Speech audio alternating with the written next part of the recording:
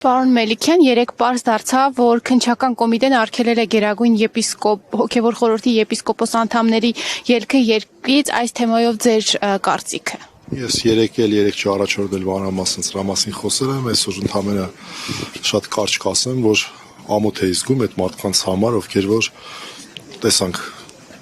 6 եպիսկոպոս անցնում են եւ փաստորեն մեր եկեղեցու 10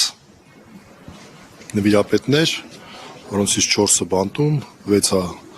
ազատության մեջ, հարաբերական ազատության մեջ,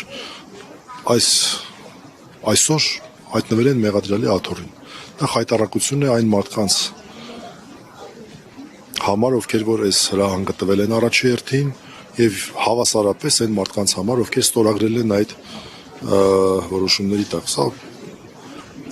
տեղը հաշվի առնելով շատ մեղմ կարտահայտվեմ ամոթալի բան է։ Իսկ արդյոք իրավական մեխանիզմներով կարող են հոգևորականները բողոքարկել այդ որոշումը։ Բողոքարկել իհարկե հնարավոր է, բայց մենք ինչ պետությունում ենք ապրում։ Մենք եթե իրավական պետությունում ապրեինք, առհասարակ բողոքարկելու բան չէր լինի։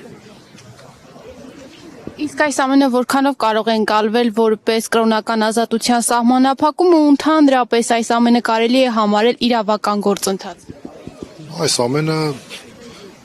ցույց է տալիս, որ օր-օրի պետությունը եւ իրավունքը շատ ավելի են հեռանում իրարից։ Սա ոչ միայն խղճի ազատության, այլև եկեղեցի եւ պետություն սահմանադրական այն դրույթի, որը որ անջատման մասին է խոսում, իսկ անջատ են պետությունը եւ եկեղեցին։ Հիմքը հիշենք ինչի են մեղադրանք առաջադրել, որպես Գերագույն հոգևոր խորհրդի անդամ նրանց գործունեության համար։